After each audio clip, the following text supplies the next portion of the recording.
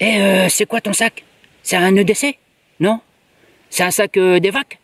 Non plus? Bah quoi alors, un sac de rando? Non? Un sac de trek, peut-être? Non plus? Bah quoi, un sac de mule? Ah bah là oui, peut-être, mais avec un E, et puis les quatre pattes.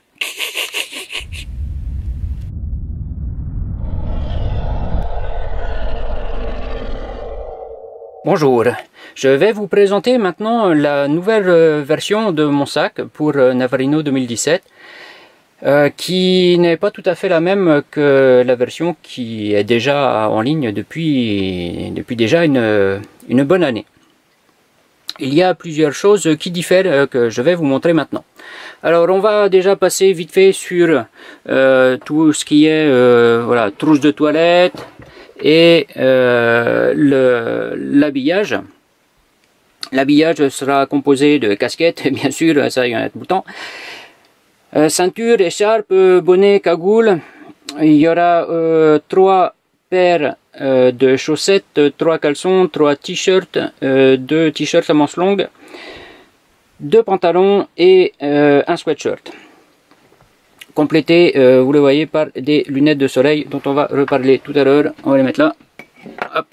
Ce qui va changer déjà, c'est les chaussures que je vais emmener. Au lieu des Rangers classiques tout cuir, ce sera cette année une paire de Rangers Gore-Tex avec aussi le petit sachet pour le cirage, bien entendu, puisque les Gore-Tex sont aussi en cuir et s'entretiennent.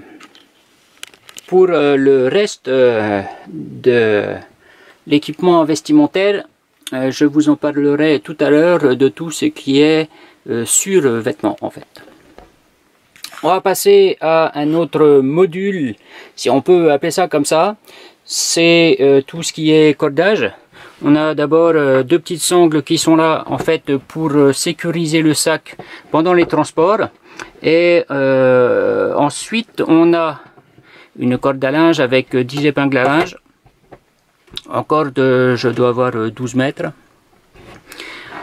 Encore un petit peu plus de corde, ça on en a toujours besoin. Celle-là en fait sera sur le devant de mon sac. Je vous en dirai plus quand je ferai une revue des modifications du sac à apporter.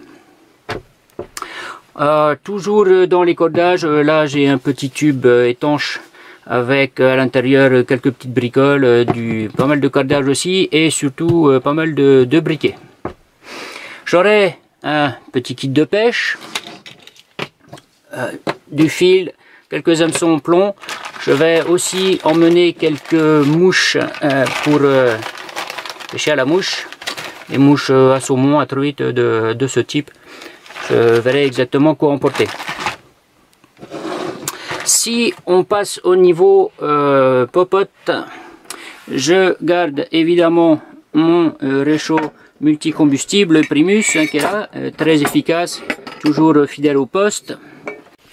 On passe à la gamelle proprement dite. Ici maintenant c'est une 20 cm, l'autre était légèrement plus petite, mais ça permet de cuire plus d'aliments en même temps. Donc avec son couvercle et ces 2 poignées qui sont là.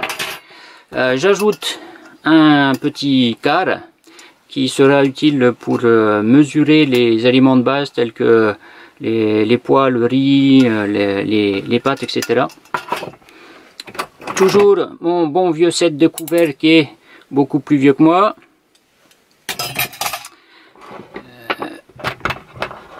Un ouvre-boîte, c'est beaucoup plus facile que de le faire au couteau, puis ça évite d'abîmer son couteau quand même. Et on a un briquet encore. 2 éponges naturelles, enfin non synthétiques, avec un petit grattoir, plus un grattoir en inox. Quand vous avez mis votre gamelle sur le feu de bois, vous êtes content de pouvoir la nettoyer efficacement. On va passer à tout ce qui est outils coupants. On a donc la même petite scie à métaux. Là je vais rajouter 2 lames de scie à bois afin de faire des scies cadres, ce qui sera beaucoup plus pratique dans la construction d'une cabane éventuelle. On retrouve dans les scies donc non plus ma petite SW73, mais on va passer maintenant à un modèle supérieur, la 75. Donc on a un pouvoir de coupe qui est bien plus grand. Mon fidèle petit Gerber Gearbrills Ultimate Pro Survival Knife, bon, facile à dire tout ça. Mon aussi fidèle petit Leatherman que j'ai depuis plus de 15 ans. Une pierre à affûter, bien que il y en a une aussi déjà sur le Gerber. En plus de ça, je vais emmener mon kukri. Ça fait beaucoup de poids, mais ça peut être quand même super utile. Et je vais aussi ajouter une petite lime double qui fait métaux et bois en plate et en demi-ronde, qui peut m'être utile aussi. Quand vous avez passé des heures et des heures et des heures à affûter une hache avec la lime qu'il y a sur le Leatherman, vous comprenez pourquoi j'ai envie d'amener une lime. On va retrouver aussi ici, bien sûr, mon petit peson qui m'accompagne toujours. Pourquoi un peson? Pourquoi perdre 150 grammes dans un sac qui est déjà pas mal lourd? Et ben justement, c'est parce que, étant donné qu'il est toujours trop lourd, on sait de combien il est trop lourd. C'est philosophique tout ça. On va passer maintenant au système d'alimentation en eau. Donc j'ai toujours mon fameux petit filtre Sawyer avec l'amélioration que j'ai toujours pas montré d'ailleurs. Ce filtre que j'ai depuis pas mal de temps sera remplacé par le même en neuf avec bien sûr le même système de montage de la modif du bouchon et la canule en caoutchouc souple qui a été remplacé dans les derniers modèles par un petit tube en plastique pas du tout satisfaisant. Au niveau de l'emport de l'eau, je vais passer donc à cette petite gourde en inox, une contenance de 75 centilitres environ, alors que j'avais avant cette gourde en aluminium d'une contenance d'1,5 litre. Pourquoi? Tout simplement parce que l'inox, lui, n'est pas traité. Donc si vous voulez faire bouillir sur le feu, c'est très simple, vous le posez dessus. Bon, il faut enlever la petite bande en caoutchouc là, bien sûr, et le bouchon. Mais c'est plus facile que d'avoir les résidus des traitements sur l'aluminium.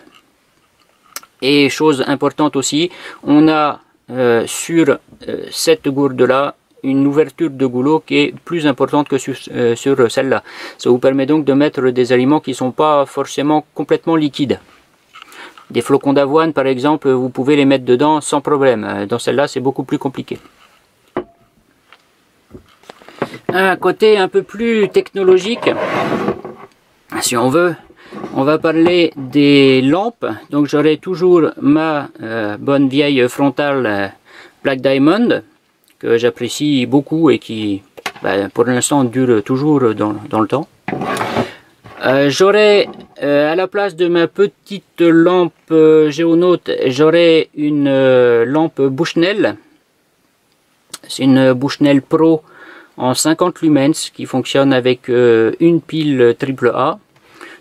Ça fait 1 an que je la porte sur moi systématiquement tout le temps et elle a toujours pas un pet de jeu et fonctionne très bien.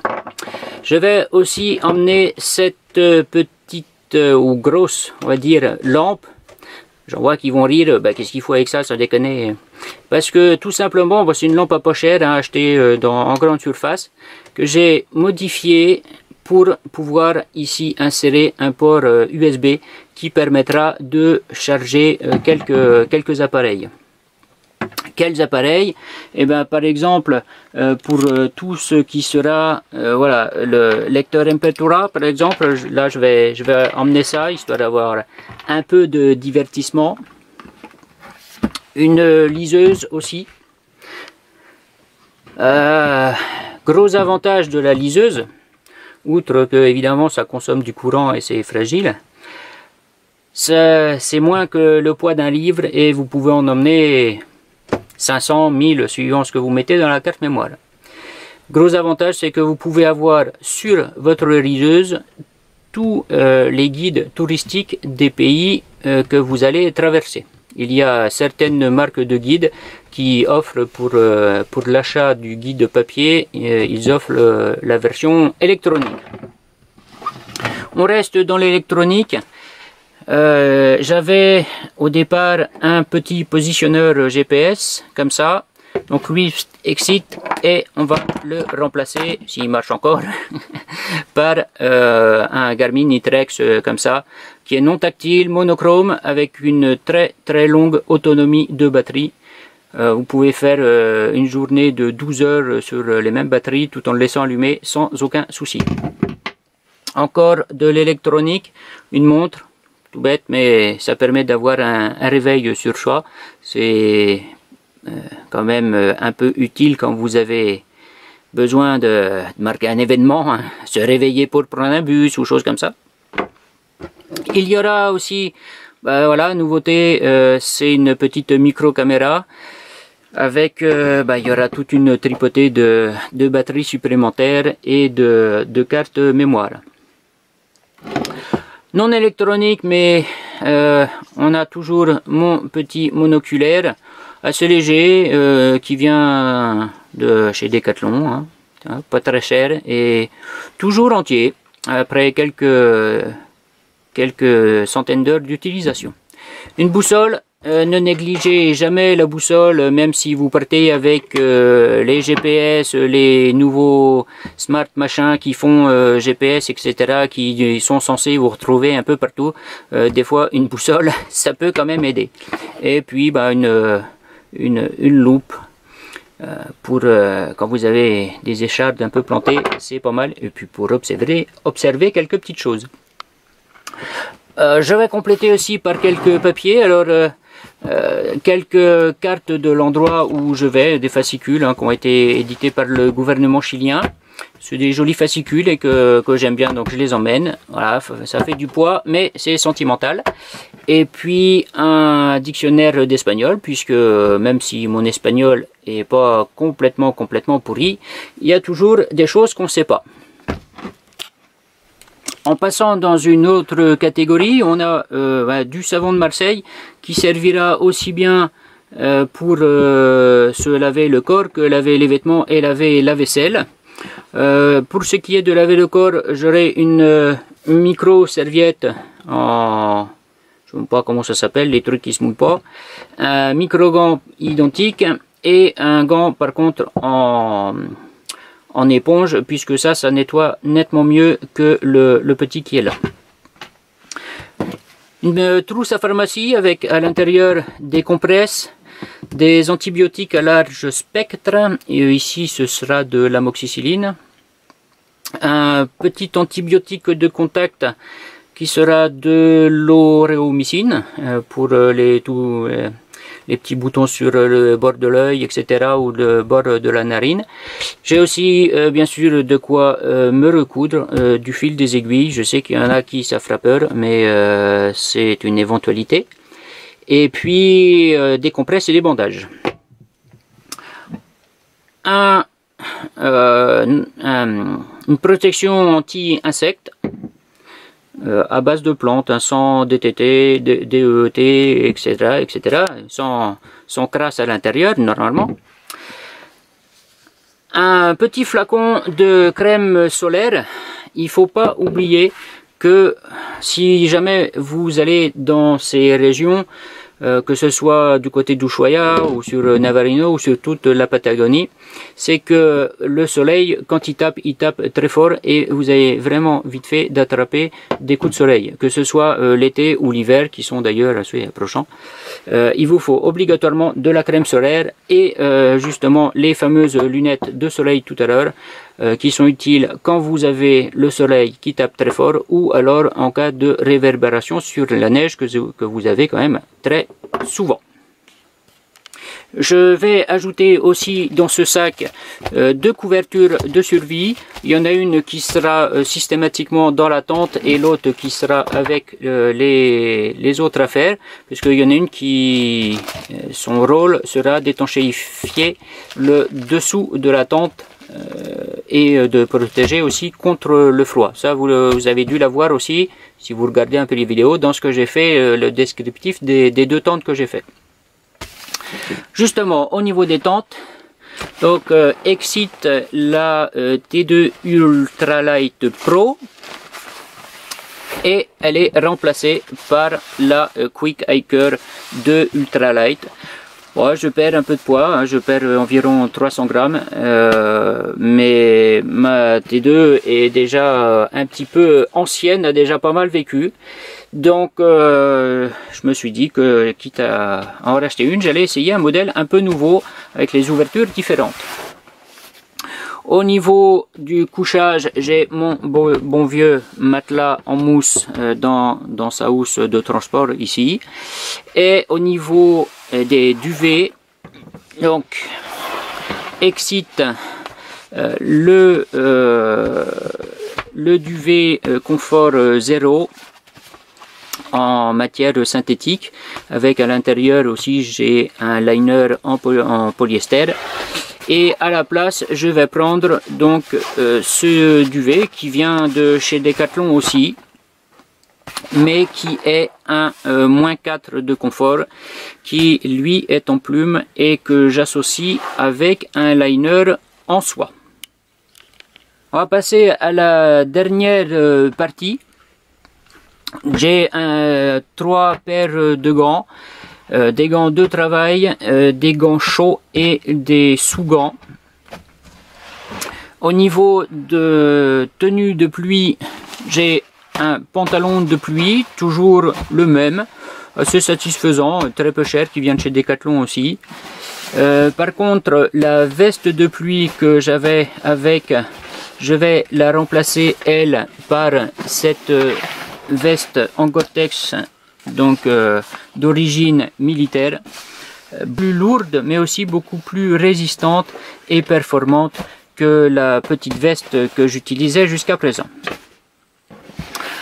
Ensuite, on va passer sur un petit gilet sans manches multipoche qui sera tout simplement un survêtement pour le travail, transporter le bois, aller à la pêche, etc.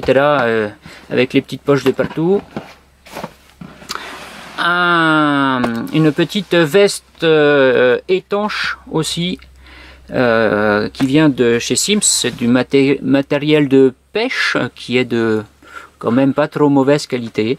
Donc coupe-vent et protection contre le froid. Et on va finir par mon gros blouson qui est là, qui vient aussi de chez Decathlon il y a quelques années maintenant, et qui sera utile dans la montagne et quand le vent soufflera très très fort. Bon, tout ça, ça va faire évidemment beaucoup de choses à porter dans le sac. Donc pas mal de poids puisqu'on arrive à un total aux alentours de 23 kg. Et ici on parle pas du tout de randonnée ultra légère. C'est un sac que j'appelle un sac autonome. C'est voilà, pour vivre en autonomie le maximum dans la nature. J'espère que vous pourrez en voir un petit peu plus bientôt et je vous dis à ciao.